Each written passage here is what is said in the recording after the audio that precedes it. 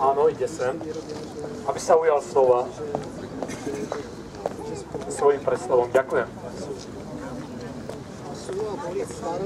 Zdravím vás všetkých, pretože my sme spolu tí ľudia, ktorí niečo pochopili a majú aj odvahu. Máme odvahu! Áno! Máme odvahu! A máme čisté svedomie na rozdiel od hentých. Ale tí majú ešte takú drzosť, že prídu a v štýle Ficovho úsmevu sa na nás tvária a myslia si, jak nás oblbli. Hamba! To je hamba, to je skutočne. Ja som prednedávno napísal na mojej stránke SOS Občan, iniciatíva, napísal som, že sú teraz 3 dní. Včera bol pekný deň, ktorým chcem vyjadriť ženám, matkám za to všetko, čo tvoria krásne, pretože človek potrebuje lásku a tie dávajú matky. Potom nevychádzajú asociálne živly a podobne, tak prajem matkám, aby v tomto ťažkom období, kedy vláda ignoruje či už matku alebo občana, zaujíma ich len vlastné rozkrádanie, aby aspoň my sme si dali niečo krásne. Tak vydržte a prajem vám všetko pekné. Druhý deň bol 9. marec, ktorý asi navrhnem, aby sa stal Medzinárodným dňom vládneho sadizmu.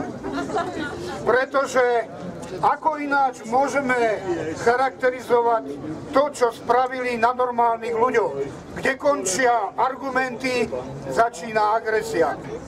A to nie je predsa normálne, aby v nejakom civilizovanom štáte, to sa už skutočne približujeme k štátom nejakým, ako je trebárs nejaký Afganistan a iný Absurdistan a podobne, že na nás používajú vymoženosti síce moderné, ale primitívnym spôsobom. Je za to skutočne hanba im. Hanba! Hanba im! A zajtra bude ďalší deň, výročie spravodajskej hry, ktorú rozohrali na nás, dezorientovali občana.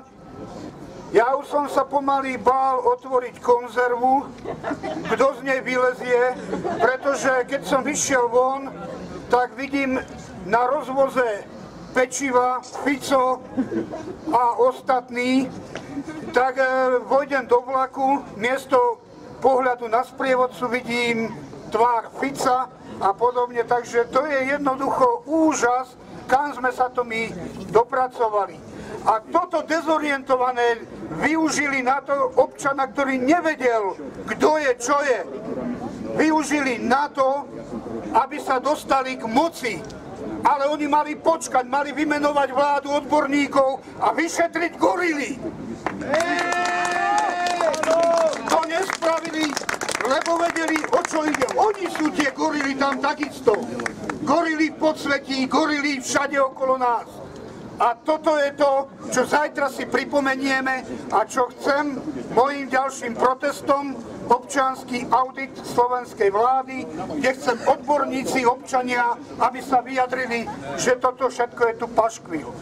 Rád by som k vám došiel, ako kedysi Klement Gottwald a povedal vám, vrátil som sa z hradu a přijali demisi.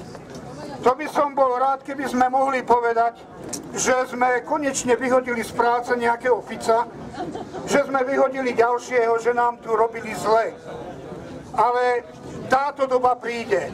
Ale oni podcenili silu národa a zabúdajú na to, že kto seje vietor zožne búrku takú, čo ani Ilko nebude predpovedať.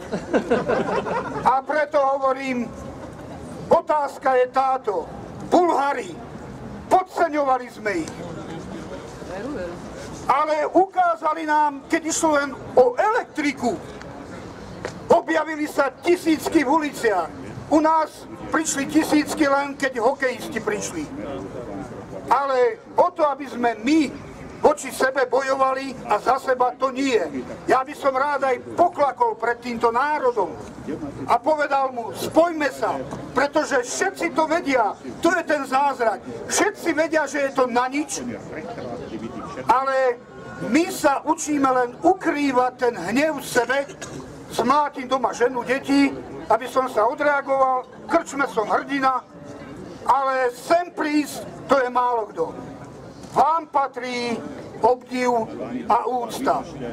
Vám a tomuto národu aj ostatným, ktorí sú ochotní sa postaviť a povedať všetkým. Dosť bolo tohoto, my máme na to, aby sme to zobrali a riadili. Nám sa nejedná len vymeniť Fica, my potrebujeme celý systém reštartovať, lebo je nastavený len na rozkrádanie a na oblbovanie. Povedal som, pustite nás do médií, oni sa nás boja, to si uvedomte. Boja sa pravdy! Boja sa pravdy! Prečo nás nepustia do televízie? Prečo neohlásia, že dnes je to a to? Koľky by tu boli? Ale oni sa budú vysmievať. Aha, koľko ich je? Ale dajte nám ten priestor. Kde je televízia? Dajte nám ten priestor. A my povieme tomuto národu, oslovíme a národ nadiktuje hentin tam odchod. Odchod! A prípadne dve budovy im môžeme dať, ktoré im budú patriť podľa zásluh a skutočností, a to je budova Zboru väzenskej a justičnej stráže a ešte jeden pán doktor Hnyznil povedal, psychopat ide do práce, tak tá druhá budova Pezinku alebo podobne. My si zaslúžime iný život. Mrzli sme, chodili sme v horúčavách kričať, hovoriť. My si zaslúžime to, aby sme spravodlivo žili, dostali to, čo treba a nie nám to rozkrádali, kradli a oklamali nás. Záverom končím jednou krásnou myšlienkou, ktorú počul som tu Charlie Chaplin, môj miláčik, o ktorom som kedysi chcel robiť prácu jednu. V jednom zo svojich filmov povedal Svetla Ramp, keď dievčina strácala zmysel života, tak jej povedal takúto myšlienku. Videl som huslistu, ktorý hral nohami, lebo nemal ruky. A to je tá sila človeka. Sila človeka je v tom, ako povedal on, núti stromy rásť, zem sa točiť. Človek dokáže všetko, keď to chce. Tá sila je v každom z vás. V každom z vás je. Tak ju využíme a dokážme niečo. Majte sa!